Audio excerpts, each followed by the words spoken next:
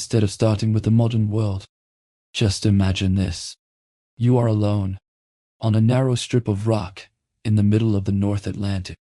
It's 1895, and the wind never truly stops. The waves don't just crash, they strike, hard enough to make the stone beneath your feet tremble. There is no one else here. No voices. No lights in the distance. Only the endless rhythm of the sea. And the quiet responsibility resting on your shoulders. Because somewhere out there in the darkness, hundreds of sailors are depending on a single flame. And that flame is yours to keep alive. So before we begin, let your body settle. Let your breathing slow. And allow the sound of the distant ocean to carry you gently into tonight's story. Congratulations. You've just woken up in 1895, and you're about to discover why being the principal keeper of Raven's Tooth Rock Lighthouse was one of the worst jobs in human history. The first thing that hits you isn't the morning light streaming through the narrow slit window high in the tower. It's the sound, the thunderous roar of the Atlantic smashing against the granite base 200 feet below. The wind screaming through every iron joint like a living thing trying to pry the tower apart. Your nostrils fill with a cocktail of kerosene oil from the great lens above. Sharp salt spray that seeps through every crack no matter how well you caulk it, and the damp, metallic tang of rusting iron stairs that never quite dry. The air is thick enough to chew, heavy with the constant mist that clings to this god-forsaken rock you now call home. You're lying on a narrow iron cot in the keeper's quarters, the mattress thin and lumpy, with horsehair that pokes through the ticking like tiny needles, reminding you that comfort is a luxury reserved for folks back on the mainland. Your blanket, if you can call it that, is a rough wool thing that feels like it was woven from sheep that died of spite. It scratches against your skin, but it's the only thing standing between you and the bone-deep chill that creeps through the stone walls no matter how much coal you burn in the tiny stove. The good news: you're the newly appointed principal keeper of Raven's Tooth Rock, 20 miles off the coast of Skye. Population: you, 2 assistant keepers, and the thousands of gulls that scream at dawn. The bad news? Well, where do we even start with the bad news? Your predecessor lasted only 9 months before the isolation drove him to start carving his name into the lens glass with a pocket knife. The other assistant left with the last supply boat, muttering that the rock was cursed and the waves were calling his name. You swing your legs over the side of the cot and immediately regret it. The iron floor is so cold it burns, and it creaks like a ship in a storm under your weight. Every step sends a metallic groan echoing up the spiral staircase of the tower, the only quarters you could afford on a keeper's salary. And speaking of salary, let's just say you're not in this for the money. Your base pay is £60 sterling a year, though you might earn a few extra pounds if you're really good at keeping the lamp burning through the worst gales. The catch? You've got to share those fees with any assistants you can keep, assuming you can find anyone desperate enough to sign on for life on a rock. The morning ritual begins with you fumbling around in the pre-dawn darkness for your oilskins. No electric lights out here, just the flicker of a small lantern that smokes like a chimney and gives off about as much light as a firefly with cataracts. Your keeper's outfit isn't exactly impressive. It's a heavy oilskin coat that's seen better decades, trousers too short and a jacket too tight, where the salt has stiffened the fabric like sandpaper. Your boots, well, they're more suggestion of boots now. The leather cracked and the soles worn thin from years of climbing wet iron stairs. But the real symbol of your authority hangs heavy above you in the lantern room, the Great First Order. Fresnel lens that weighs as much as a small horse, and must be kept turning by hand every 2 hours. Your first task of the day? Well, it's not exactly glamorous. You need to make your rounds, and that starts with climbing the 200 iron steps to trim the wicks and polish the lens. Yes, you read that right. The principal keeper doubling as lamp cleaner and janitor. Last night's gale was apparently eventful, judging by the salt crust on every pane and the soot that coats the brass fittings. The glass squeaks under your rag like bones, and you make a mental note to warn the assistants about walking barefoot on the gallery outside. The rock is just starting to wake as you begin your cleanup duties. The first gray light reveals just how desolate this place really is. The tower stands alone on a slab of granite, no bigger than a football pitch, lashed on all sides by white water. Smoke curls from the tiny chimney like lazy gray ribbons, and the only sounds are the wind and the endless crash of waves. Your breath creates little puffs of steam in the cold morning air, and your fingers are already going numb, despite the worn leather gloves you wear.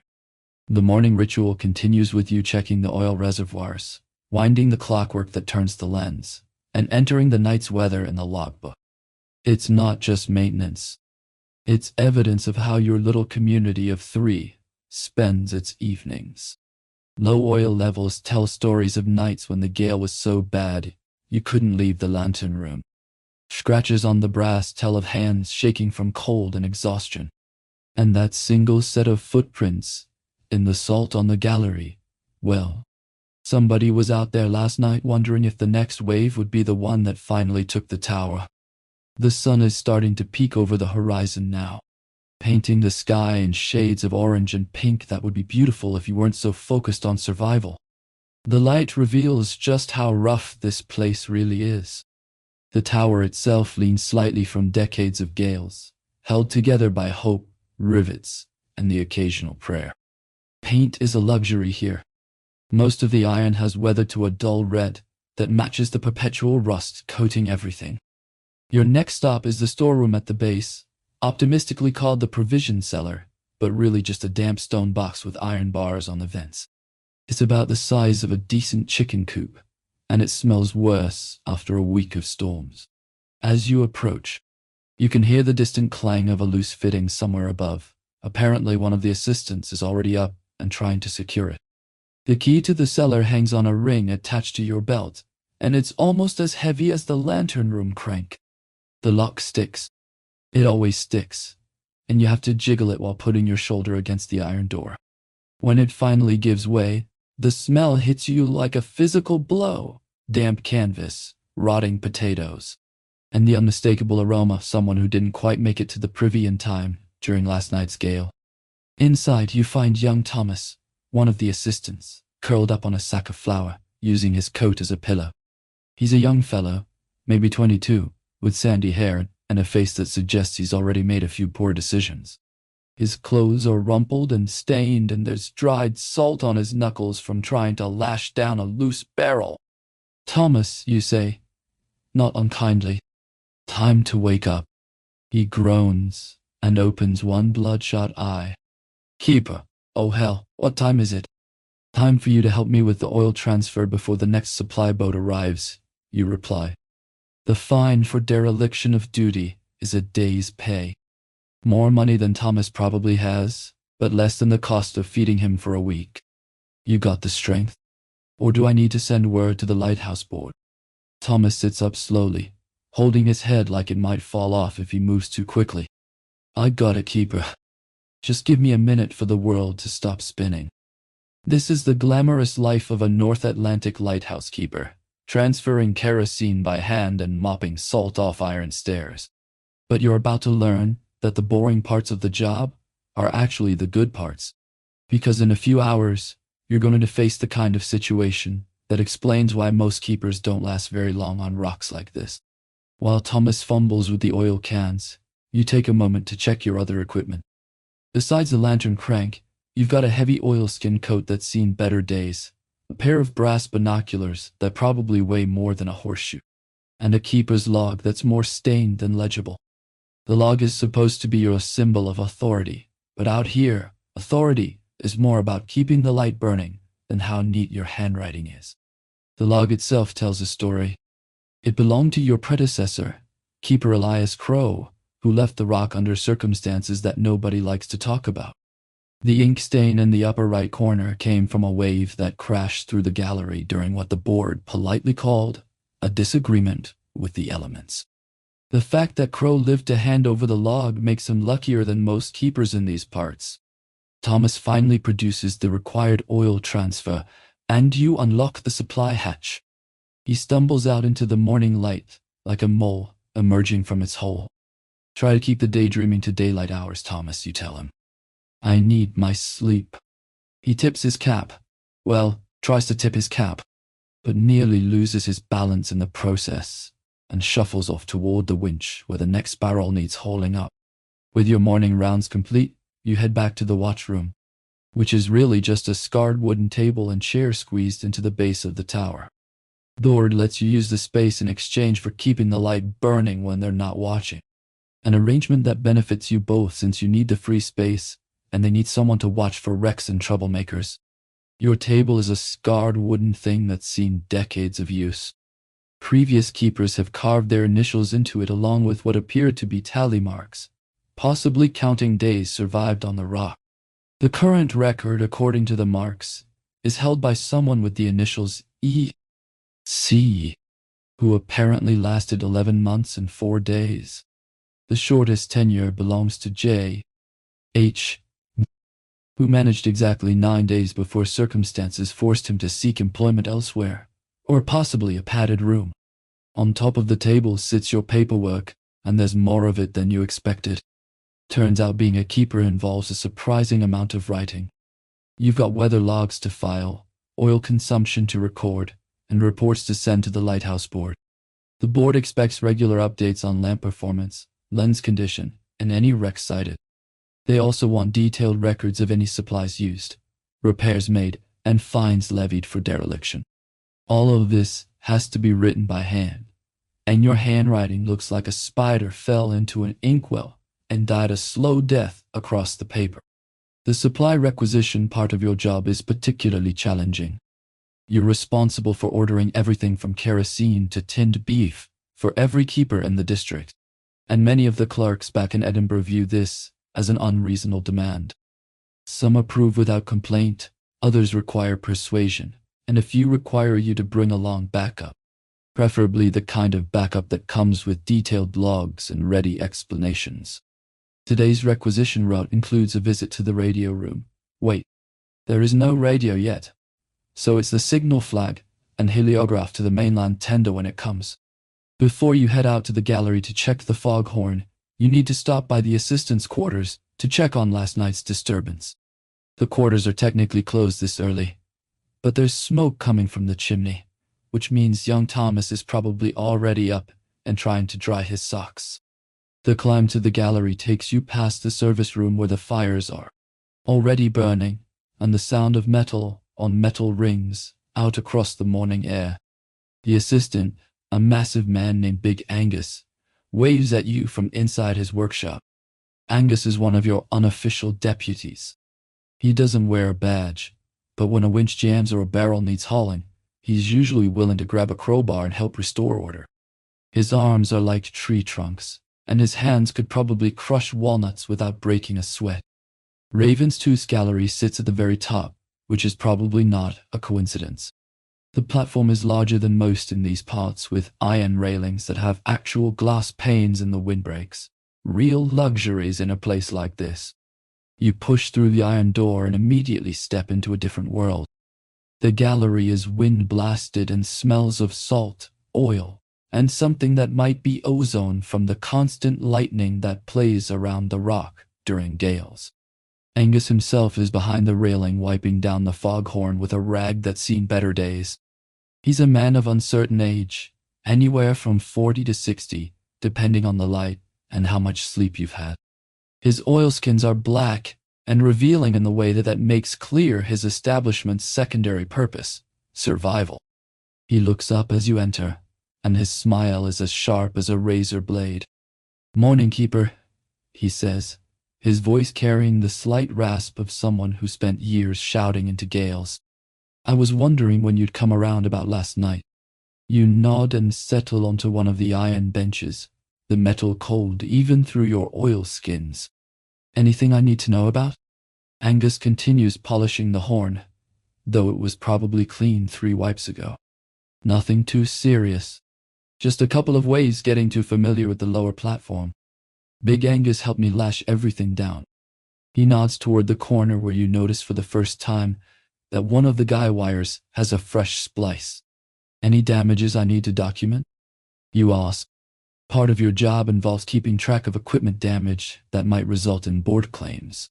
It's boring work, but it helps prevent larger conflicts down the road. Just the wire, and that's already fixed, Angus replies. The boys involved were from the last tender. They paid for the extra rope and apologized to the lens. You make a mental note to check with the tender captain next time he's out this way. Supply boats generally keep their crews in line, but it's worth letting them know when their men cause trouble on the rock. It's also worth staying on good terms with the board. They control the supplies, and their political support can make or break a keeper's career. As you prepare to leave, Angus calls out to you. Keeper, you might want to know. There's been talk about some of the wreckers on the mainland organizing their own salvages operations. Something about not trusting the Lighthouse board. This stops you cold. Wreckers taking matters into their own hands is every keeper's nightmare. When locals start lighting false lights to lure ships onto the rocks, it usually means they've lost faith in official beacons. And once wreckers get organized, they often decide that the keeper is part of the problem they need to solve. What kind of talk? You ask, trying to keep your voice casual. Angus shrugs, but his eyes are serious. Nothing specific, just grumbling about short supplies and board interference. But you know how these things start. First it's complaints about government. Then it's complaints about the people keeping the lights on. You thank Angus for the information and step back inside the tower, the warmth of the lantern room feeling good on your face.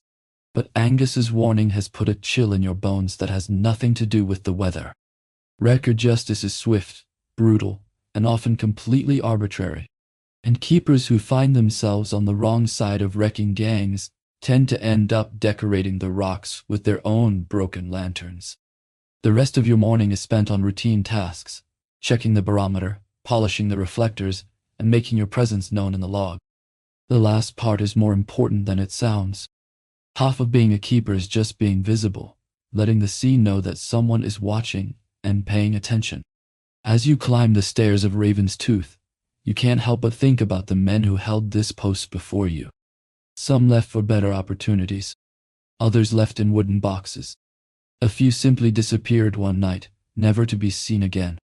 The life expectancy of a rock lighthouse keeper isn't exactly encouraging. It's a job where retirement planning involves hoping you live long enough to need it. But for now, you're alive, you're employed, and you've made it through another morning without the tower collapsing or the light failing. In the world of North Atlantic lighthouse keeping, that counts as a successful start to the day. The real challenges are still ahead. Supply shortages, jurisdictional disputes with the board, wrecker threats, and the ever-present threat of a gale that hangs over every decision you make. As the sun climbs higher and the sea begins to glint with whitecaps, you steel yourself for whatever the day might bring. Because being a lighthouse keeper on a remote rock isn't just about keeping the light burning. It's about surviving long enough to see another sunset. And in a place where the sea is the strongest man and the law is whatever the waves say it is, survival is never guaranteed. The afternoon brings your first real test as keeper, and it arrives in the form of a supply tender that looks like it would rather be anywhere else on Earth. Captain Robert McTavish steps off the boat with the kind of expression that suggests he's here to make someone's life considerably more complicated. And since you're the only keeper visible on the landing stage, that someone is probably you. McTavish is a tall, lean man with a mustache that's been waxed to aggressive points and eyes that scan the rock like he's looking for trouble. His uniform is cleaner than anything you've seen in months, a blue wool coat that actually fits properly, trousers without visible stains, and boots that look like they've been polished with something other than spit and hope. You the keeper? He asks, his voice carrying the authority of someone who's used to being the most important man in any room. That's me, you reply, extending a hand that he examines like it might be carrying some kind of disease before shaking it briefly. Keeper Grant, what brings the tender out early? McTavish reaches into his coat and produces a folded document that crackles like dry leaves when he unfolds it. Board order for immediate inspection of the lens and oil stores. I have reason to believe maintenance has been neglected. The name hits you like a punch to the gut. The board rarely sends inspectors unless there's suspicion. You've been keeping the light burning through gales that would have extinguished lesser men, but you keep that opinion to yourself. You sure you got the right rock? You ask, scanning the order. The description is vague enough to fit half the stations in the district. Raven's tooth has been running clean for near 3 years. Never had any trouble with her. McTavish's smile is as cold as January. That's what makes her a good candidate for neglect keeper. Now, are you going to assist me in this inspection, or do I need to question your commitment to the board's standards? And there it is. The question that every rock keeper dreads. Board inspectors have authority that supersedes local keepers, but they're also outsiders who don't understand what it's like to live on a rock that tries to kill you every winter. The climb to the lantern room feels like a death march. Your boots clang on the iron steps, and each step sends small vibrations through the tower. The afternoon sun beats down on your oilskins, making the fabric feel like you're wearing a blanket made of sandpaper. Sweat trickles down your spine, gathering at the small of your back where your tool belt sits. The gallery is busier now with gulls wheeling overhead, and the sea sparkling with whitecaps. Mrs. McTavish, wait, no wives allowed, but you can see the curiosity in the captain's eyes when he notices the fresh splice on the guy wire. The lantern room sits at the very top, a large glass and iron chamber that smells of hot brass, kerosene, and the faint ozone of constant lightning. You are inside, as expected, polishing the lens with the methodical efficiency of a man who takes pride in his work. The lens itself is a masterpiece of glass and brass, its prisms catching the light like diamonds. Keeper Grant? McTavish asks, though he already knows the answer. That's me. McTavish produces the order again. You're to submit to a full inspection. The board believes maintenance has been lax. The color drains from your face like water running out of a bucket. Neglect. You've never missed a single watch, but board orders don't care about your personal opinions or the gales you survive. I'm sorry, Captain, you say, and you genuinely mean it. We'll sort this out in the watchroom. McTavish sets down his satchel slowly, like a man moving through deep water. Can I at least finish polishing the outer ring? The prism needs to be perfect for tonight's watch. The inspection takes priority. McTavish cuts you off. This is where things get complicated in ways that most people don't understand about rock lighthouse keeping. The lens isn't just equipment. It's the only thing standing between ships and the rocks. Interrupting the polishing will leave the light less effective, which means sailors won't have a safe bearing, and travelers won't have a chance in the dark. In a place like this, disrupting the light can have consequences that ripple through the entire coast. Captain, you say carefully, if we could just let me finish the outer ring. No delays, McTavish informs you. The order is to be carried out immediately. You produce your inspection log, heavy leather things that weigh about as much as a horseshoe, and feel twice as cold. The metal clasp is rough against your palms, and the key sticks in the lock, just like everything else in this job. McTavish holds out his hand without being asked, resignation written across his face, like he's already accepted whatever fate awaits the station. The walk back down the stairs is even worse than the walk up. Word has spread via the tender crew, and the assistants are gathering on the landing stage to watch the procession. Some faces show curiosity, others concern, and a few display the kind of anger that suggests not everyone supports board interference in local operations. You can hear whispered conversations as you pass, fragments of sentences that don't bode well for keeper-board relations. Board overreach. Grant never missed a watch. What's next? They're going to replace us with machines. Back in the watchroom, you unlock the log cabinet that Thomas vacated this morning, and gesture for McTavish to examine it. The room looks even smaller and more depressing than usual, and the smell of kerosene hasn't improved since your morning visit. McTavish settles onto the wooden chair that serves as the only seat, and for a moment he looks older than his 50-some years. Keeper, he says quietly, the board doesn't know about the extra oil we burned last month. Could you? Mamarze.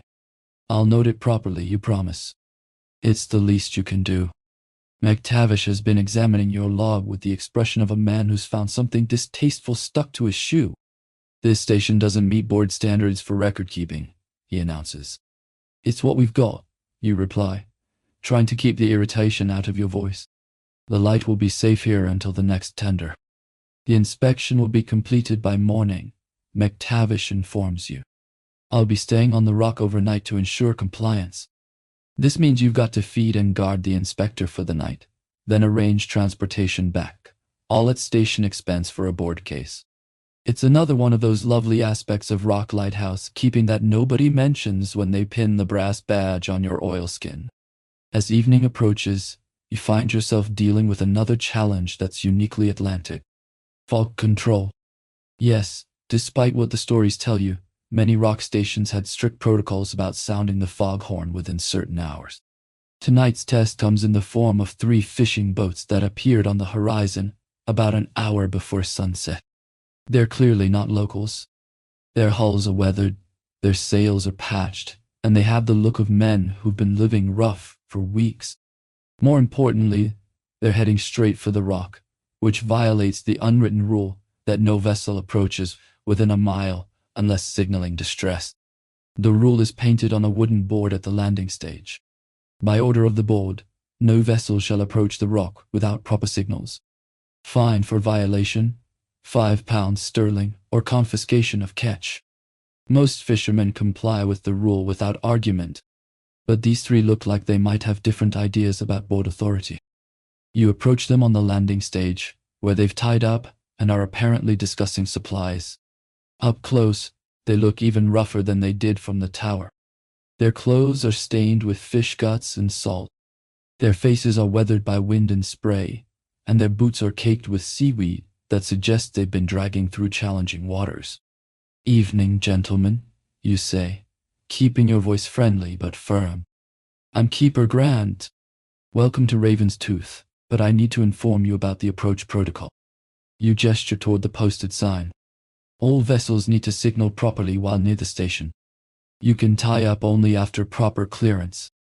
The 3 fishermen exchange glances, and you can practically see them calculating odds. There's 1 of you and 3 of them. Your lantern is lit while their boats are dark.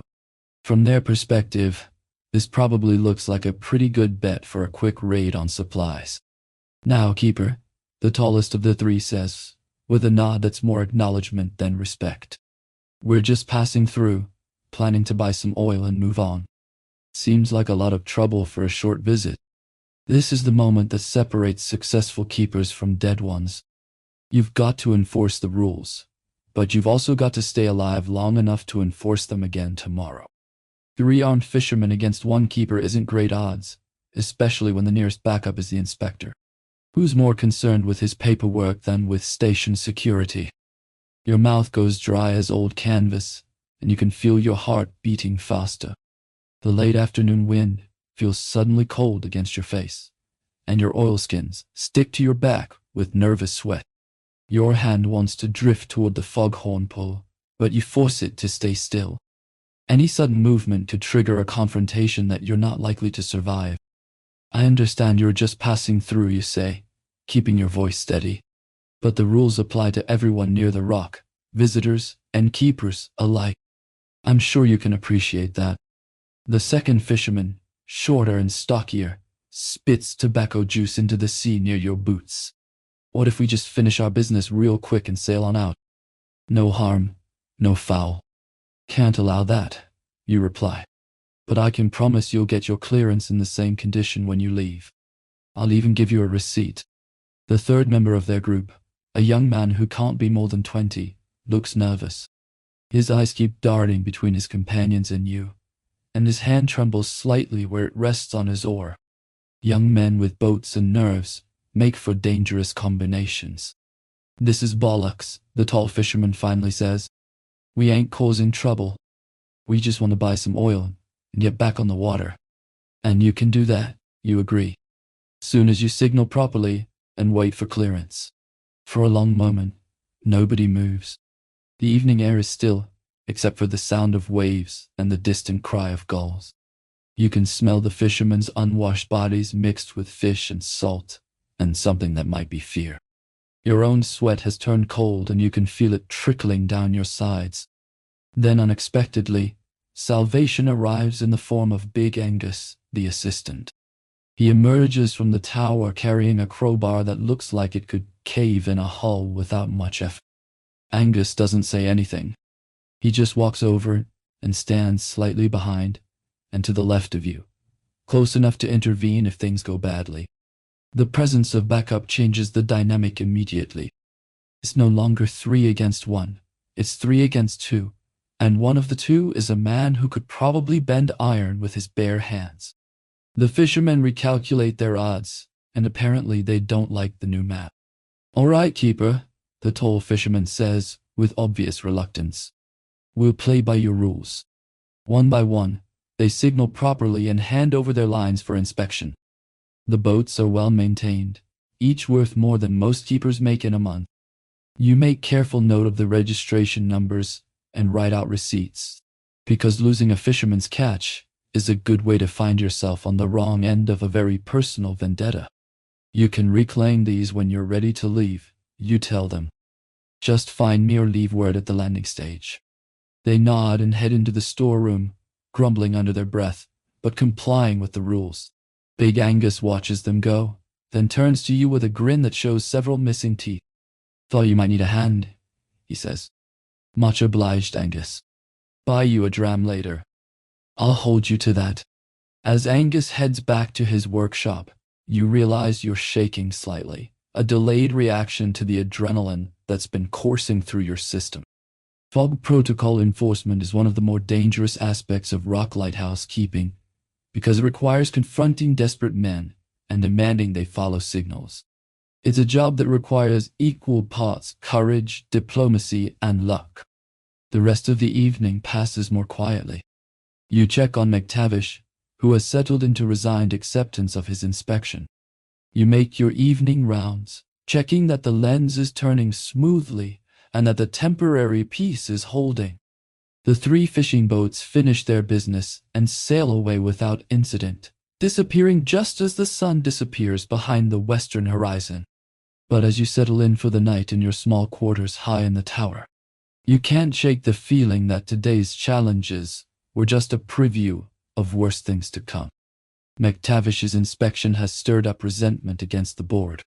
The fog protocol confrontation reminded everyone that enforcing the rules sometimes means risking your life, and somewhere out there, wreckers might be organizing to take salvage into their own hands. Being a lighthouse keeper on a remote rock isn't just about keeping the light burning. It's about navigating a complex web of board rules, competing loyalties, and constant danger. Every decision you make has consequences that ripple through the coast. Every confrontation could be your last. And every morning, you wake up wondering if today will be the day your light fails. As you trim the wicks and settle into your iron cot with its scratchy horsehair mattress, you listen to the sounds of the Atlantic night, wind through the iron joints, the distant crash of waves, and somewhere in the darkness, the cry of a gull that sounds almost like laughter. Tomorrow will bring new challenges, new conflicts, and new opportunities to make enemies. But tonight, you're alive. You've kept the light burning, and you've survived another day in one of the most dangerous jobs on the sea. In the world of North Atlantic lighthouse keeping, that's about as much as any keeper can hope for. 3 days later, you're awakened not by the usual morning sounds, but by frantic pounding on the tower door and shouting that sends ice through your veins even before you're fully conscious. The voice belongs to young Thomas, and he's yelling something about a ship in distress and rockets bursting along the eastern horizon. Your feet hit the cold iron floor running, and immediately you're reminded of just how brutal rock mornings can be. The air in the tower is so cold, it burns your lungs, and your breath creates clouds that would make a locomotive jealous.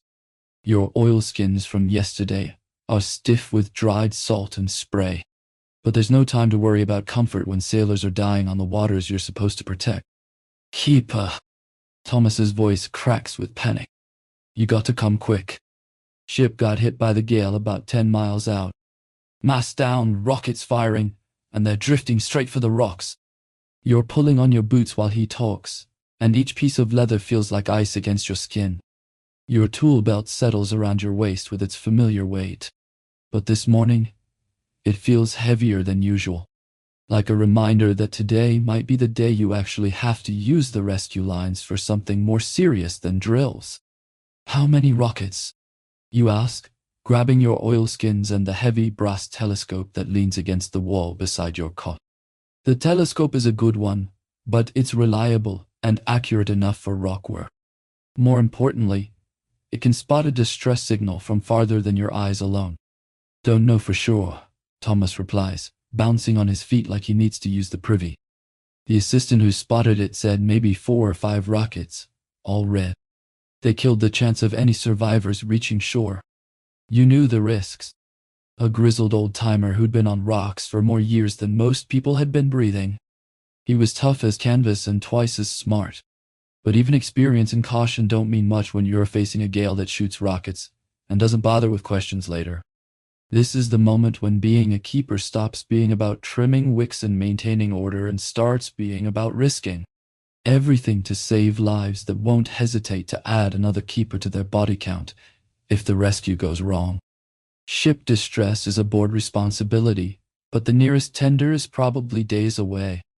The jurisdiction technically falls to you, and that means gathering the crew and launching the rescue boat in conditions that have already proven they're willing to kill.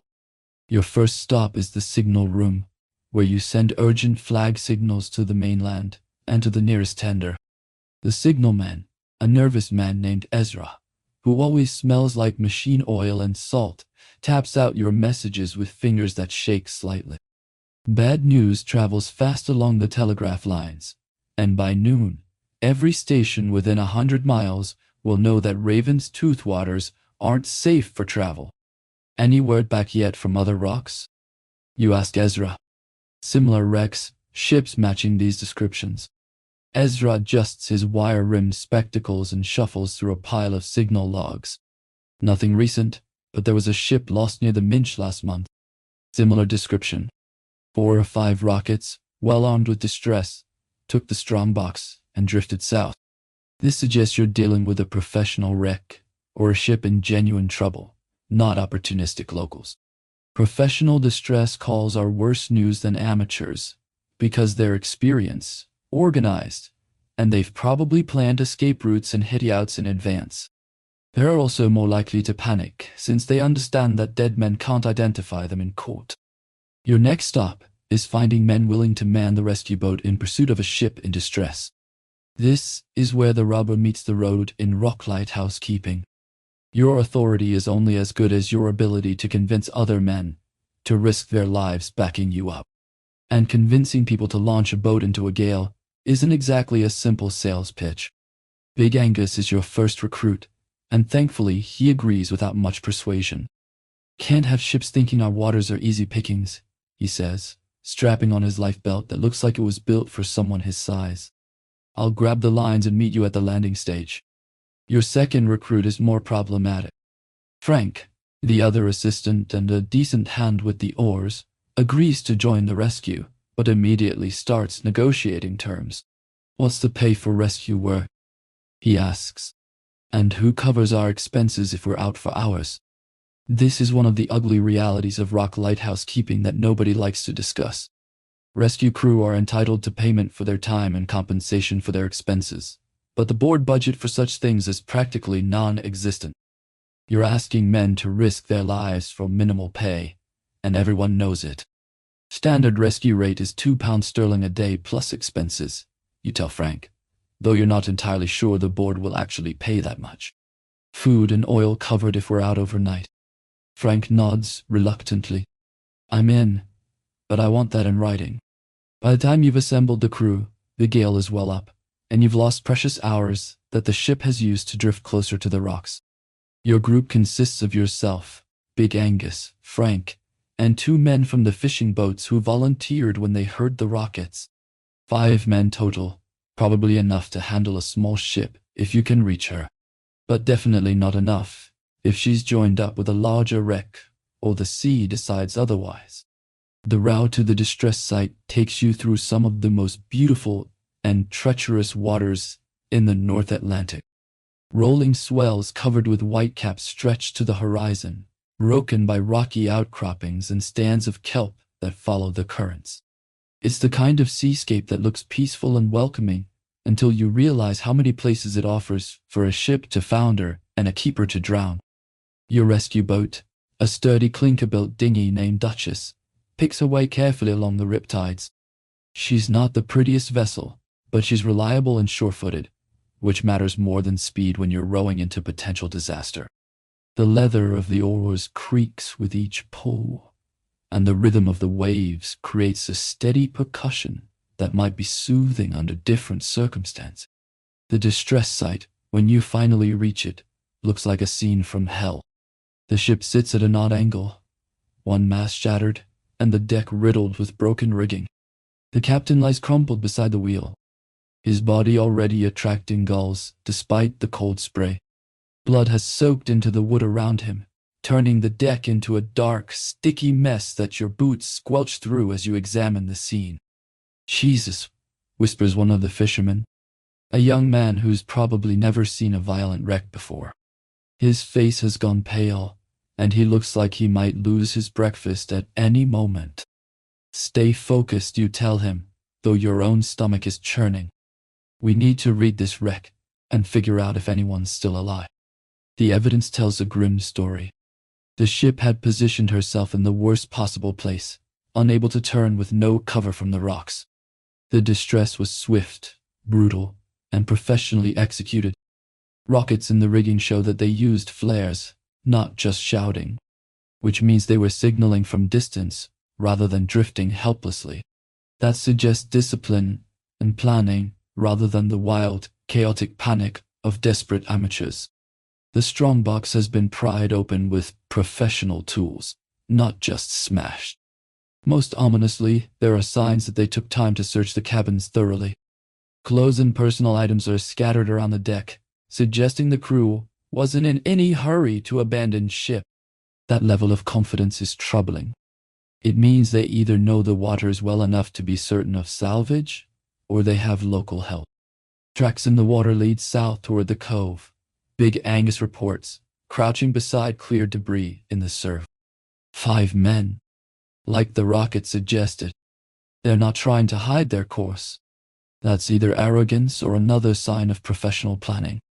Experienced wreckers sometimes leave obvious false signals to mislead rescuers, then double back and head in a completely different direction. Following the clear course might lead you into an ambush, but ignoring it might let the real survivors escape entirely. You make the decision to follow the obvious course, but carefully.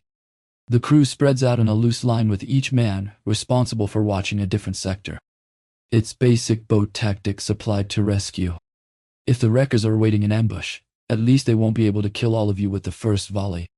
The course leads through increasingly rough water, following kelp beds and current lines that wind between rocky formations. Your boat's rowing becomes labored as the swells steepen and spray begins to foam on the gunwales. The wind climbs higher, turning the cool morning into a howling afternoon that makes your oilskins feel like you're wearing a stove. After 2 hours of careful rowing, Frank calls a halt. "Keeper, we got a problem." He's pointing to a spot where the current splits into 3 different directions. The survivors have apparently divided their efforts, with some heading toward the cove, others angling back toward the open sea, and a third group disappearing into a maze of reefs that could hide an army. This is the nightmare scenario for rescuers, professional wreckers who know how to split up and confuse pursuit. Following the wrong course could waste precious time and let the survivors escape.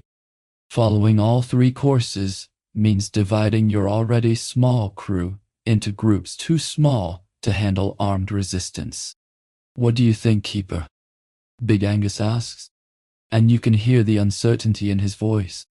This is the moment when leadership matters most. When men are looking to you for decisions that could get them killed if you guess wrong. Your mouth tastes like copper pennies, and your oilskins are soaked with nervous spray, despite the howling wind. Every choice you make carries life or death consequences, not just for yourself, but for the men who trusted you enough to row into danger. The weight of the brass badge on your oilskin feels like it might drag you right into the sea. We follow the cove course, you decide, partly based on logic and partly on gut instinct. Cove means shelter, and men who've been in the water need shelter. The other courses might be false leads. It's a guess, and everyone knows it. But rock lighthouse keeping is full of educated guesses made with incomplete information under dangerous circumstances. Sometimes you guess right and save the crew. Sometimes you guess wrong and they get away. And sometimes you guess wrong and end up dead. The cove course leads through a narrow channel where the rocks rise steeply on both sides, and the only escape route is forward or back. It's perfect ambush water, and every man in your crew knows it. Hands grip oars tighter. Eyes scan the cliffs constantly, and everyone jumps at waves that might or might not be hiding men. "Don't like this," mutters one of the fishermen. "Feels like we're rowing into a trap." "Everything feels like a trap when you're chasing wrecks," you reply, trying to sound more confident than you feel. Stay alert and keep pulling. The channel floor is rocky and swirling, muffling the sound of oars but preserving clear debris that showed the survivors passed this way recently. Fresh oil slicks suggest you're maybe an hour behind them. Close enough to be dangerous, but not close enough to see them yet. Then Big Angus raises his hand in the universal signal for silence and danger. Ahead, smoke rises from a small fire on the beach, and through the spray, you can make out the shapes of men and a beached boat. You've found them, but now you have to figure out how to rescue survivors without getting your crew drowned or shot in the process. The wreckers have chosen their campsite well. It's in a sheltered cove with good fields of fire in multiple directions and escape routes that lead deeper into the reefs.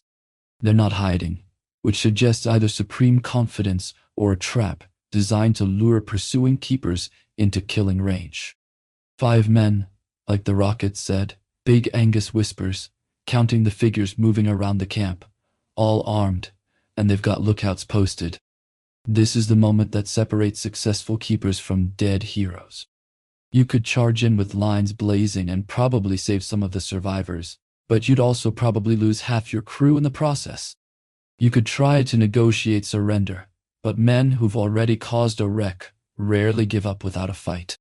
Or you could wait for the tender, but every hour of delay gives the sea more time to claim the ship. "We're going to surround them," you decide. Angus, take one of the fishermen and circle around to block the north reef. Frank, you and the other man cover the south approach. I'll call for surrender from the front. If shooting starts, aim carefully and don't hit each other.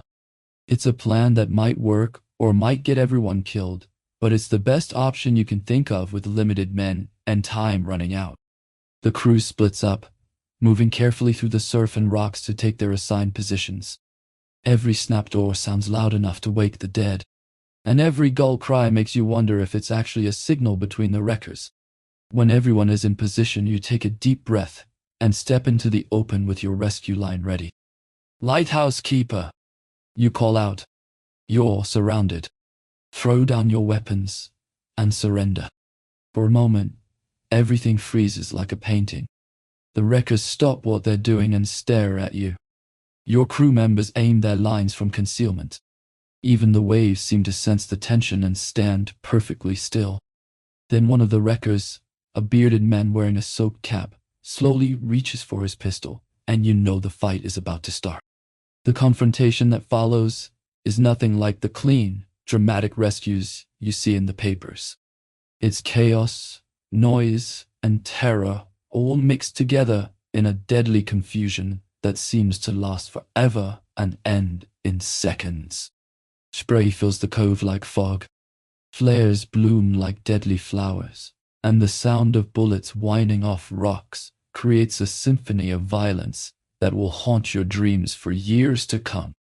When the spray clears, 2 wreckers are dead, 1 is wounded, and 2 have escaped into the reefs.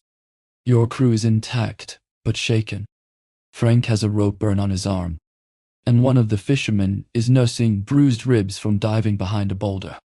The wounded wrecker, a young man who can't be more than 25, is bleeding from a shoulder wound and begging for medical attention. "Please," he gasps, his face pale with blood loss and fear. "I need a doctor. I'll tell you everything. Just get me to a doctor." And that's when you realize that surviving the confrontation is only the beginning of your problems. You've got wounded men who need medical attention, dead bodies that need to be transported back to the rock, evidence that needs to be preserved, and prisoners who need to be guarded. All of this has to be accomplished with a tiny crew in the middle of hostile waters where the escaped wreckers might be planning a rescue attempt. The row back to the rock takes most of the remaining daylight and tests every limit of endurance you thought you had. The wounded wrecker is tied to his seat and moaning with every wave his boat takes. The dead men are draped over the thwarts like sacks of grain, and the smell of blood and salt follows your little procession like a dark cloud. By the time you reach Raven's Tooth, word of the confrontation has already spread, and half the gulls are waiting on the landing stage to see the results. Some faces show satisfaction that justice has been served. Others display concern about the violence that's come to their peaceful rock. And a few show the kind of calculation that suggests they're wondering whether having a keeper who gets into confrontations is good or bad for the light.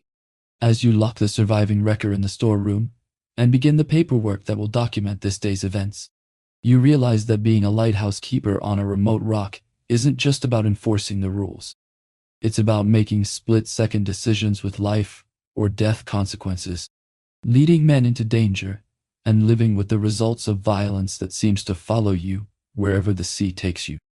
Tonight, as you finally collapse into your iron cot with its scratchy horsehair mattress, every muscle in your body aches from tension and exertion. Your hands shake slightly as you trim the final wicks, a delayed reaction to the adrenaline and fear that carried you through the day. Outside the tower window, the normal sounds of the Atlantic night seem different somehow. Every crash and gust might be the escaped wreckers coming back for revenge, or new ships planning fresh distress. Being a lighthouse keeper on a remote rock means never really being off duty, never really being safe, and never knowing when the next gale will demand everything you have to give. It's a job that ages men quickly and buries them young, where success is measured not in commendations or promotions, but in simply surviving long enough to see another sunrise. 2 weeks after the shipwreck confrontation, you discover that surviving desperate men is nothing compared to surviving board politics. And your education in the darker side of lighthouse keeping begins with a late-night visit from men whose faces you can't quite see in the shadow. You're awakened not by shouting or rockets, but by the soft scrape of boots on iron floorboards and the unmistakable sound of someone trying very hard to be quiet. Your eyes snap open in the darkness of your small quarters, and immediately every nerve in your body goes on high alert. Out here, people who sneak around in the dark usually have reasons that don't bode well for sleeping keepers. The footsteps stop just outside your door, and you hear the low murmur of voices. At least 3 men, maybe more. Your hand moves slowly toward the foghorn pull that hangs on the bedpost, your fingers closing around the familiar grip with the kind of careful silence that comes from knowing your life might depend on not making any noise. Then comes the knock. Soft, polite, almost gentle. But there's something about the rhythm that makes your skin crawl like the knock of an undertaker who's come to measure you for a pine box. Keeper Grant. The voice is cultured, educated, with the kind of careful pronunciation that suggests someone trying to sound reasonable while discussing unreasonable things. We'd like a word if you don't mind. You mind very much, but saying so doesn't seem like the smartest option when you're outnumbered and wearing nothing but long underwear. Just a minute, you call out, pulling on your oilskins and boots with movements that feel clumsy and too loud in the darkness. Your shirt sticks to your back with nervous sweat, and your hands shake slightly as you button it up. The tool belt settles around your waist like an old friend, but even armed, you feel exposed and vulnerable. 3 against 1 isn't good odds, especially when the 3 have had time to plan and position themselves while you're stumbling around in the dark trying to get dressed. You open the door to find 3 men standing in the narrow hallway, and their appearance immediately tells you this isn't a social visit. They're dressed like board officials, clean coats, pressed shirts, polished boots, but they wear their respectability like a disguise that doesn't quite fit. More importantly, they're all armed with the kind of quiet confidence that suggests they know how to use them. Gentlemen, you say, keeping your voice steady despite the fear that's crawling up your spine like a cold snake. Little late for a social call, isn't it? The leader is a tall man with silver hair and a mustache that's been waxed to perfection. He smiles with the kind of warmth that doesn't reach his eyes, and when he speaks, his words carry the weight of money and influence. Keeper, I'm Thomas Blackwood, and these are my associates. We represent certain shipping interests in the district, and we have a proposition that might interest you. Thomas Blackwood. You've heard the name whispered in the storeroom and on the tender. A man who owns vast tracts of coastal land, has interests in salvage operations, and supposedly has enough political connections to make or break careers with a few carefully placed words. He's the kind of man who doesn't visit keepers unless he wants something, and what he wants usually involves bending or breaking the rules. What kind of proposition? You ask, though you already suspect you don't want to hear the answer. Blackwood's smile widens, but it still doesn't touch his eyes. The kind that could make a man's career very prosperous or very short. May we come in? It's phrased as a question, but the tone makes it clear that refusing isn't really an option. You step aside and let them enter your small quarters, which immediately feels smaller and more cramped with 4 armed men crowded into it. The air seems thicker, heavy with tension and unspoken threats. Nice place, Blackwood observes, though his tone suggests he finds it anything but nice. Cozy. Must be challenging living on a keeper's salary. And there it is. The opening gambit, and what you're beginning to realize is a corruption pitch. These men aren't here to congratulate you on saving the ship. They're here to buy you, own you, and turn you into their personal salvage tool. I get by, you reply carefully. What exactly are you proposing, Mr. Blackwood? One of Blackwood's associates, a shorter man with dead eyes and scars on his knuckles, steps closer to your window and peers out into the darkness. Nice view of the channel from up here, he observes. Bet you can see everything that goes on in the waters. The implication is clear. They know where you live. They know your routines. And they can get to you whenever they want. It's intimidation wrapped in casual conversation, and it's very effective. Keeper, Blackwood continues, his voice smooth as oiled brass. We're prepared to offer you an additional monthly salary. Let's say £20 sterling, in exchange for certain considerations regarding distress protocols in this sector. £20 sterling a month is more than your official annual salary. It's enough money to transform your life. Buy better quarters, decent food, maybe even think about a future that doesn't involve drowning. It's also enough money to make you a boatman owned by interests that probably don't have the sailor's best welfare at heart. What kind of considerations? You ask, though your stomach is already churning with the knowledge that you don't want to know. The third man, who hasn't spoken yet, produces a leather portfolio from inside his coat. He's a thin, nervous-looking fellow with ink-stained fingers, and the pale complexion of someone who spends his time indoors working with papers and numbers. When he opens the portfolio, you can see maps, legal documents, and what appears to be a list of names. Certain wreck sites in the Eastern Channel, Blackwood explains, have been reported improperly. The current claimants are operating illegally, and we need keepers to overlook certain distress signals and restore proper salvage ownership. This is where keeper corruption gets ugly and complicated. Wreck sites are valuable.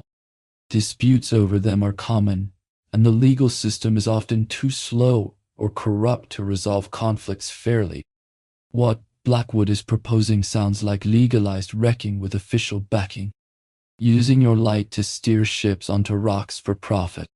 Who says the sites are illegal? You ask. The thin man with the portfolio speaks for the first time, his voice high and reedy, like a man who's more comfortable with paperwork than people. The board has irregularities in the filing dates and signals. Technical violations that nullify the original claims. Technical violations in board legal systems. Technicalities can be manufactured by men with enough money and influence to buy the right officials. What they're proposing isn't lighthouse keeping. It's legalized theft with a beacon attached.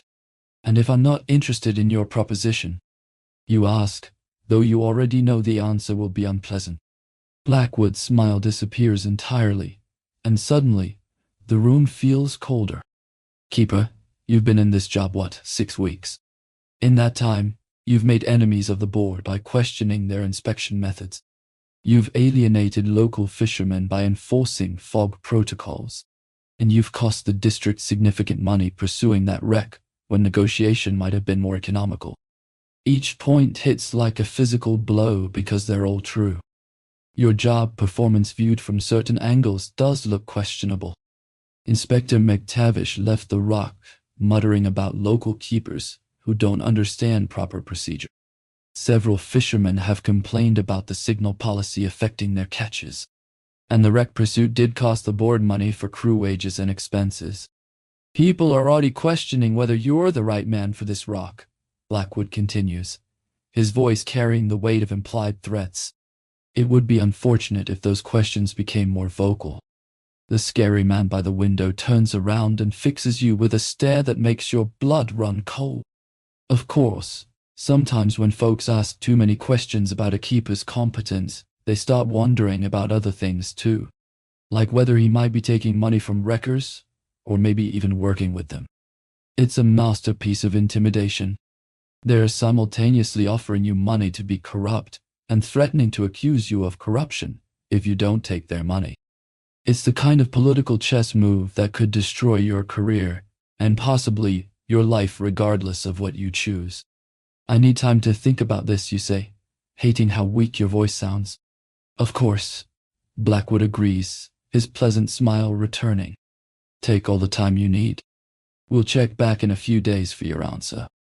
They file out of your quarters as quietly as they entered, leaving behind only the lingering smell of expensive tobacco and cheap cologne.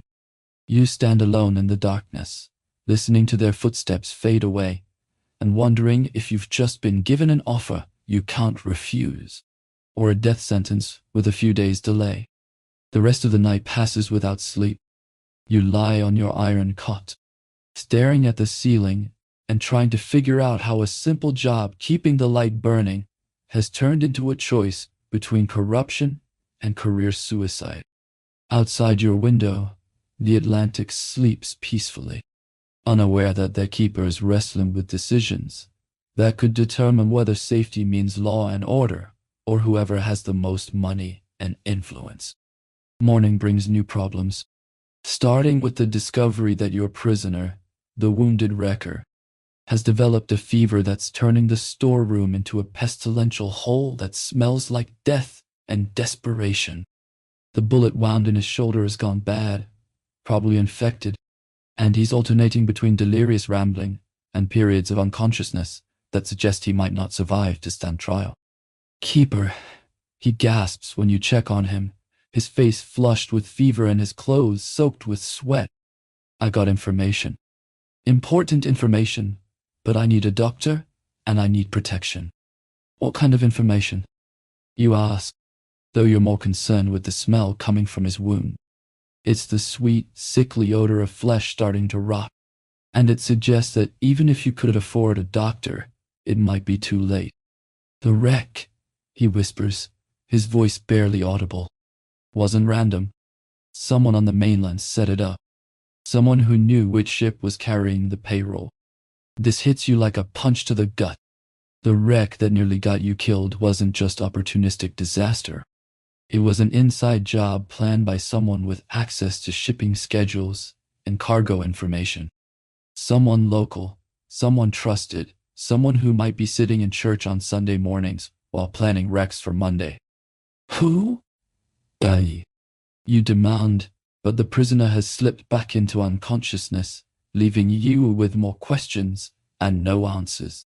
The fever breaks 2 days later, but by then your prisoner is too weak to talk coherently and too sick to be moved. He dies that afternoon, taking his secrets with him and leaving you with a dead body that needs to be buried at sea and information that might have saved lives if you'd gotten it sooner. The burial is a small affair. You, the assistant, and 2 men from the tender who handle the weighted canvas for a fee. That comes out of your own pocket because the board won't pay for wrecker burials.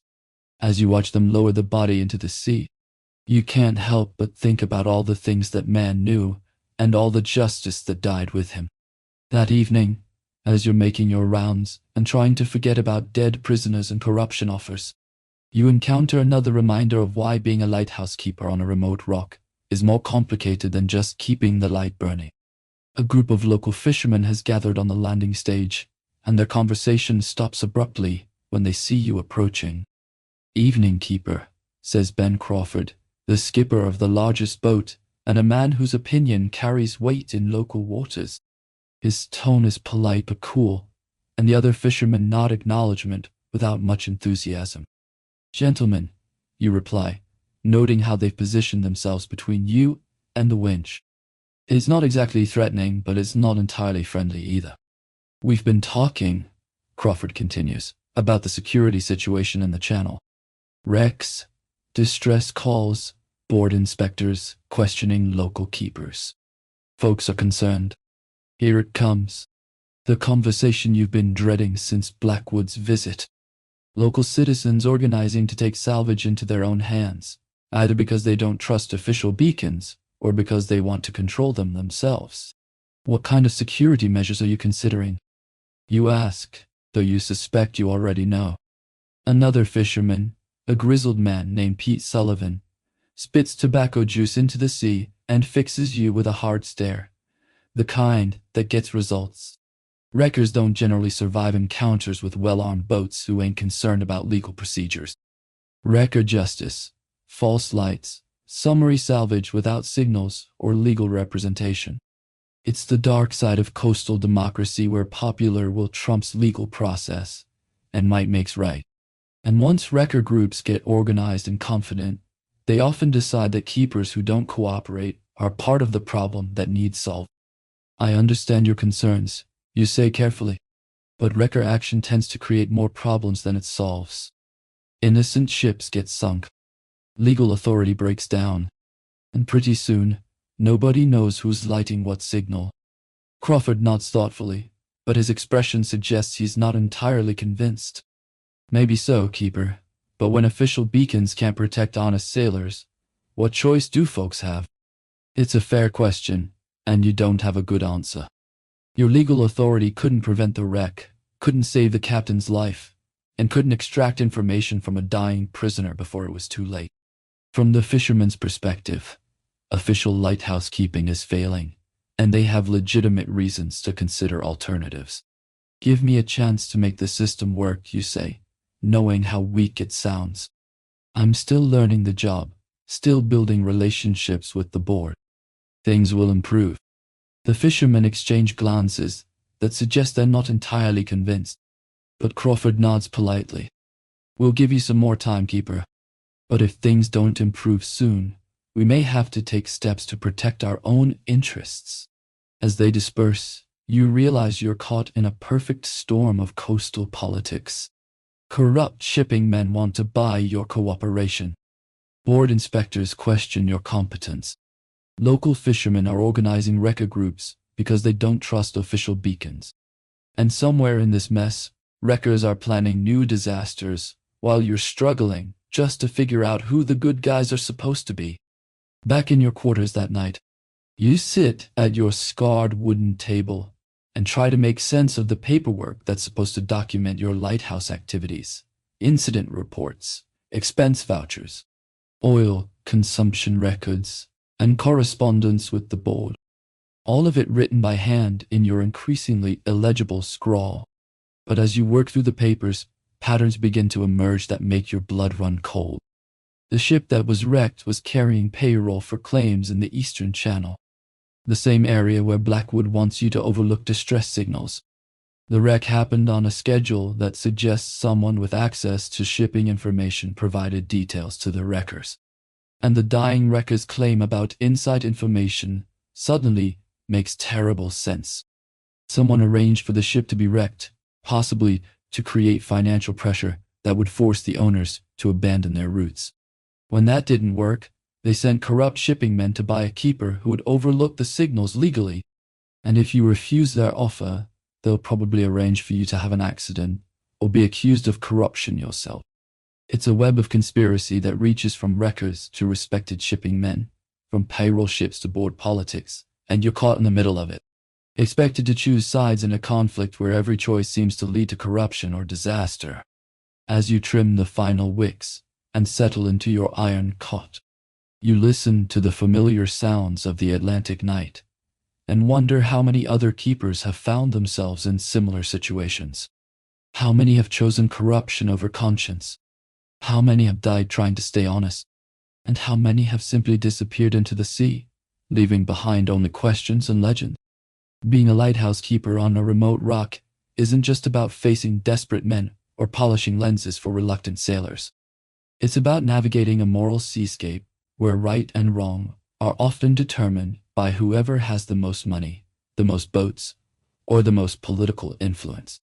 It's about making choices with incomplete information and living with consequences that can destroy communities, careers, and lives. Tomorrow will bring new challenges, new moral dilemmas, and new opportunities to choose between survival and principle.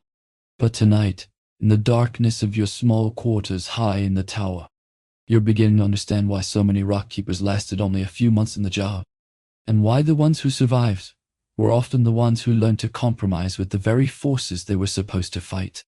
Your decision comes 3 days later, delivered not through careful deliberation, but through the kind of violent awakening that reminds you why coastal justice moves fast and leaves little room for contemplation.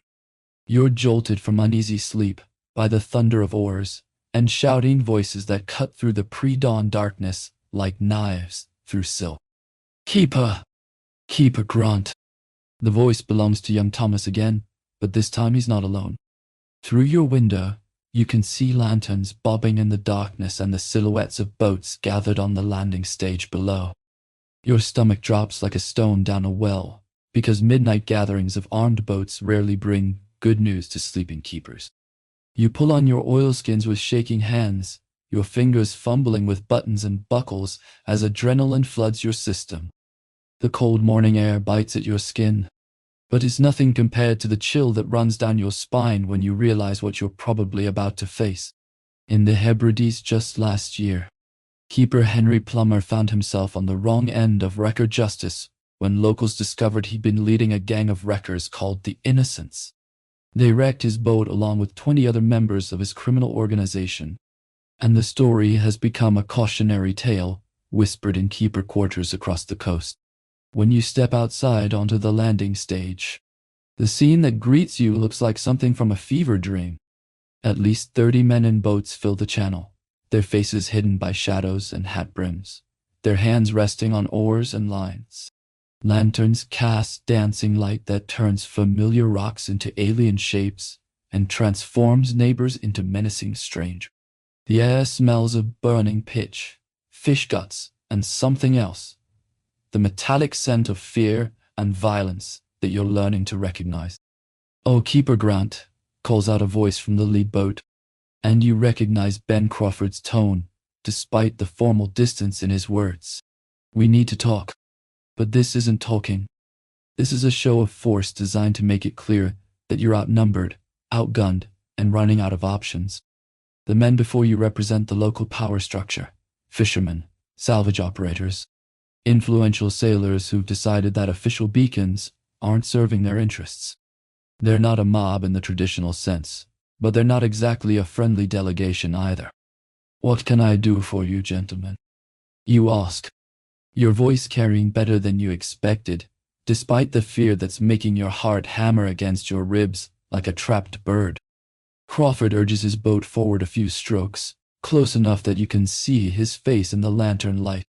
His expression is grim, determined, and completely without humor. "We know about the offer you received from Thomas Blackwood and his associates. We also know about the wreck sites they want you to help them claim." The words hit you like physical blows. They know about the corruption attempt, which means either your quarters were watched or someone in Blackwood's organization has loose lips. Either way, you're caught between competing forces with no safe water to stand on. "And?" you manage to ask. Another voice emerges from the boats. Pete Sullivan, the grizzled fisherman who's never been shy about expressing his opinions. "And we're here to make sure you understand that taking Blackwood's money would be a mistake that could prove fatal to your continued health." So, there it is. The choice presented in terms that couldn't be clearer. Take Blackwood's corruption money and face record justice. Refuse his offer and face whatever threats he and his associates might make good on. Either way, you're caught between forces that don't particularly care whether you survive the experience. "I hadn't made any decisions about Mr. Blackwood's proposition," you say carefully. "Good," Crawford replies, "because we're about to make the decision unnecessary." That's when you notice that some of the boats are towing extra dinghies with bundles tied across their thwarts. In the flickering lantern light, it takes you a moment to realize that the bundles are men bound, gagged, and very much alive. Judging by the struggling and muffled sounds of protest, we found these gentlemen camped about 5 miles offshore, Crawford explains with grim satisfaction. Had some interesting items in their possession: wreck maps, false signal plans, and correspondence that makes their intentions quite clear. Blackwood and his associates, the wreckers, have taken the law into their own hands and captured the corrupt shipping men who tried to buy your cooperation. It's coastal justice in its most direct form. Fishermen organizing to deal with problems that official beacons can't or won't handle. "What are you planning to do with them?" you ask, though you suspect you already know the answer. Sullivan spits tobacco juice into the sea with the casual accuracy of long practice. "Rock justice, Keeper. Same as what happened to Keeper Plummer and his wreckers up in the Hebrides. Sometimes the only way to clean up corruption is to permanently remove the sources of it. Wrecker justice. Summary salvage without trial, legal representation, or due process. It's the dark side of coastal democracy, where popular will becomes judge, jury, and executioner." And while you can understand the frustration that drives men to such extremes, you also know that once wrecker groups start sinking boats, they often find it easier to solve other problems the same way. "Gentlemen," you say, choosing your words carefully, "I appreciate your concern about corruption in lighthouse operations. But summary wrecking isn't justice, it's vengeance. And once you start down that road, it's hard to find your way back to lawful navigation." Crawford's expression hardens. "Sometimes vengeance is the only justice available, Keeper. Legal systems that can be bought and sold don't protect honest sailors. They protect the people with enough money to buy protection." He's not wrong, and that's what makes this situation so dangerous. Corruption does make legal systems unreliable. Ordered oversight is often distant and politically motivated, and local officials, including keepers, can be bought, intimidated, or eliminated by interests with enough money and influence to manipulate the system. "Give me custody of the prisoners," you say, knowing it's probably futile, but having to try. "Let me handle this through legal channels. If there's evidence of criminal activity, I'll see that they stand trial." The laughter that ripples through the boats is bitter and knowing. These men have seen too much coastal politics to believe that legal channels will produce justice. They've watched corrupt officials escape consequences, seen sailors buy their way out of punishment. and observed how money and influence can twist legal systems into tools of oppression rather than protection. Keeper, Crawford says, with something that might be pity in his voice. You're a good man trying to do an impossible job, but some problems can't be solved with brass badges and board procedures. Sometimes you need ropes and deep water. That's when Thomas Blackwood himself speaks for the first time, his voice muffled by the gag, but still carrying the authoritative tone of a man accustomed to being obeyed. The wreckers have removed his gag just enough for him to speak, probably to hear any last words or confessions he might offer.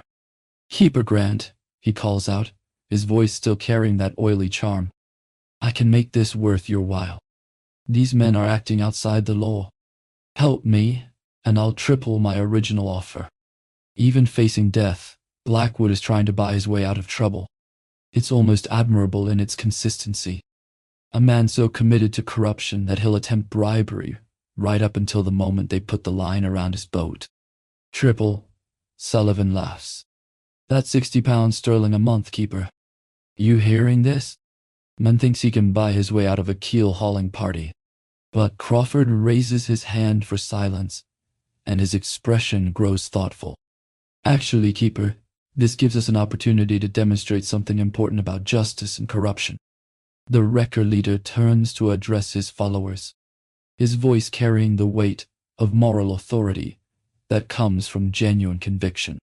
This man just offered our keeper £60 a month to betray his oath and help wreckers escape justice. £60, more than most of us make in a year. Keeper Grant, what's your answer? All eyes turn to you, and suddenly you understand that this isn't just about Blackwood's fate. It's a test of your character, your integrity, and your fitness to continue wearing the brass badge.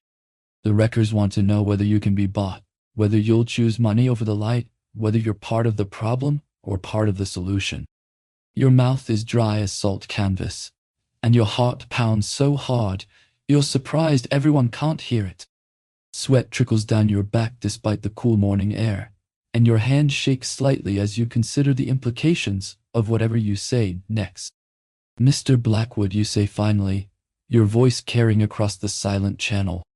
I wouldn't take your money if you offered me the deed to half the North Atlantic.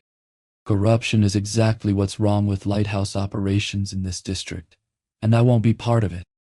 The approval that rumbles through the boats is almost palpable. These men came here prepared to wreck Blackwood and his associates, but they also came prepared to judge you. Your refusal of the bribe, even under these extreme circumstances, has apparently passed the test. Well, said Keeper. Crawford nods. But that still leaves us with the question of what to do with these criminals. What happens next isn't the dramatic keel-hauling that Blackwood probably expected. Instead, it's something more complicated and more typically coastal. A negotiated settlement that satisfies the demands of justice while avoiding the finality of summary execution. After nearly an hour of discussion, argument, and debate among the wreckers, a consensus emerges. Blackwood and his associates will be escorted to the mainland and informed that returning to the district will result in immediate sinking.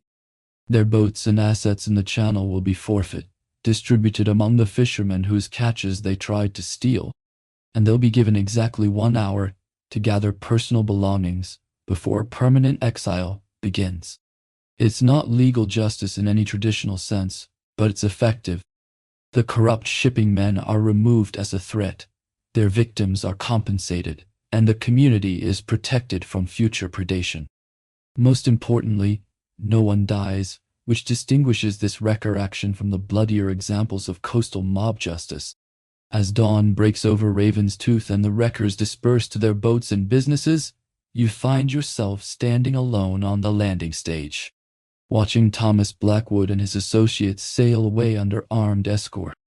Their departure marks the end of one threat to your integrity and the community's safety, but it also highlights the uncomfortable reality of Rock Lighthouse keeping. You couldn't have handled this situation through legal channels. The evidence against Blackwood was largely circumstantial. His political connections would have made prosecution difficult, and his financial resources could have bought legal representation that would have overwhelmed your ability to pursue justice. The wreckers accomplished in one night what the legal system might have taken months or years to achieve, if it achieved anything at all. But record justice is a double-edged sword that can cut both ways. The same community pressure that removed corrupt shipping men could easily be turned against keepers who make unpopular decisions, enforce unpopular rules, or simply find themselves on the wrong side of local politics.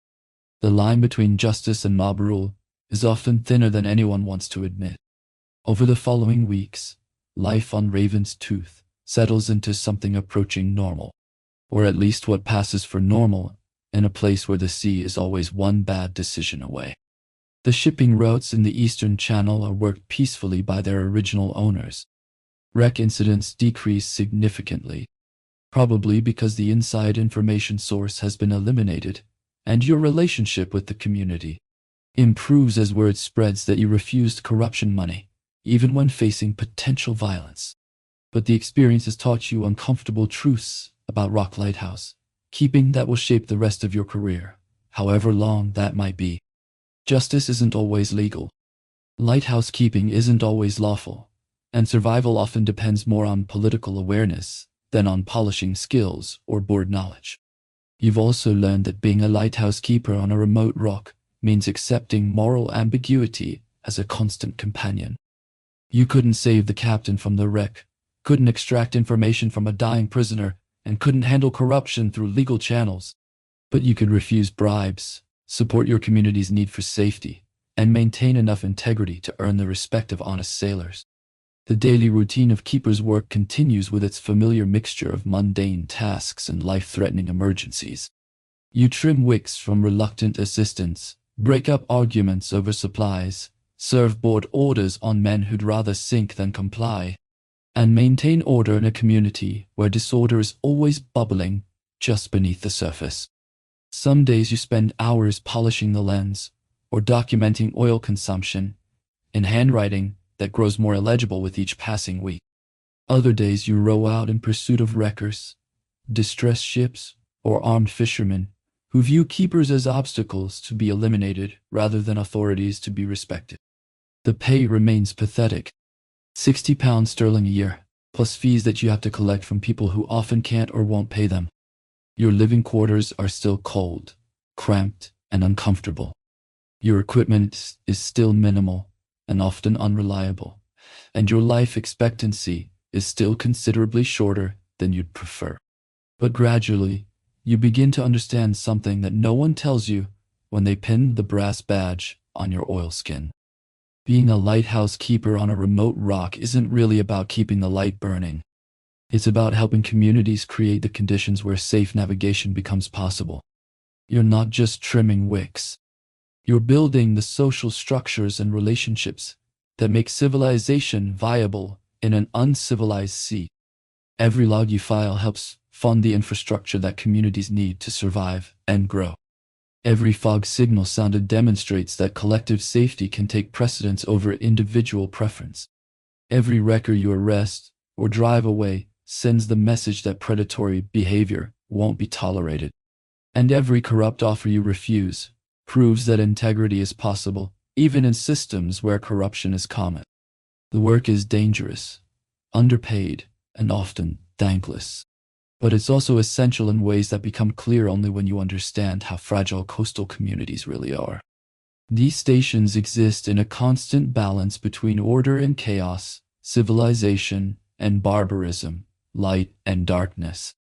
Keepers don't create that balance, but they help maintain it long enough for communities to develop the institutions and relationships that make long-term stability possible. 6 months after your confrontation with Thomas Blackwood's record justice, you receive a letter from the board commending your handling of the corruption attempt. A year later, board inspectors ask for your assistance in tracking down a gang of wreckers, treating you as a respected colleague rather than a suspicious local keeper. And 2 years later, when Raven's Tooth is fitted with a new automated light and incorporated into the proper coastal network, You're elected to serve as the first official senior keeper. None of this makes the job easier or safer. Wreckers still need chasing. Gales still need riding out. And corrupt officials still need resisting. But gradually, the infrastructure of safe navigation grows stronger, making each keeper's task slightly less impossible than it was for their predecessors. Looking back across the years and the countless keepers who wore brass badges in remote stations, it's clear that most of them were ordinary men trying to do an extraordinary job under impossible circumstances. Some succeeded through courage, intelligence, and luck. Others failed through corruption, incompetence, or simple misfortune. Many died young, victims of the sea that made their profession necessary. But collectively, they created something remarkable: the foundation for navigation systems that could evolve from rock beacons to modern lighthouses. They established precedents for community keeping, demonstrated that lighthouse work could serve sailors rather than just powerful interests, and proved that integrity was possible even in systems where corruption was common. The era of manual rock lighthouses lasted only a few decades, from roughly 1830 to 1930. But during that brief period, thousands of keepers, assistants, and local seamen helped transform a deadly coast into waters where families could sail safely. Businesses could operate without constant fear, and individuals could pursue opportunities without constant dread of the rocks. Most of these men are forgotten now, their names known only to local historians and genealogists. But their collective contribution to coastal civilization is immeasurable. They took jobs that nobody wanted, faced dangers that nobody should have to face, and accepted responsibilities that seemed impossible to fulfill. And somehow, despite inadequate pay, minimal equipment, and constant threats to their safety, enough of them succeeded often enough to make the difference between chaos and safe passage. As the years passed, the wild North Atlantic slowly changed. Brighter lights replaced oil lamps, stronger towers stood against the storms, and the lonely rocks that once claimed so many lives became safer passages for those who sailed upon the sea. But every modern lighthouse, every automated beacon, and every peaceful night at sea still carries the quiet echo of those who once stood alone against the gale, keeping a single flame alive so others could find their way home. Tonight, as you lie safe and warm in your bed, far from any crashing wave or howling wind, I hope this story has helped you drift gently into deep, restful sleep. And if your mind is still wandering, just a little, if you'd like another calm journey through history before sleep fully takes you, in the next video, we'll travel to the frozen Arctic, where a small team of explorers faced a darkness far colder than any storm, a night that lasted not hours but 132 days without sunlight. Would you like to hear what happened when the sun refused to rise? If this story helped you relax tonight, I'd really appreciate it if you tap the like button right now. It helps these peaceful stories reach more people who need good sleep. And if you want more calming history stories like this, hit subscribe and turn on the notification bell so you never miss a new one. Also, let me know in the comments, where are you listening from tonight, and which part of the lighthouse keeper's life surprised you the most? I read every comment and love connecting with our growing sleep community. Now, take one last slow, deep breath. Let your shoulders relax completely, and allow the distant sound of waves to carry you safely into sleep. Good night, my friend. Sleep well.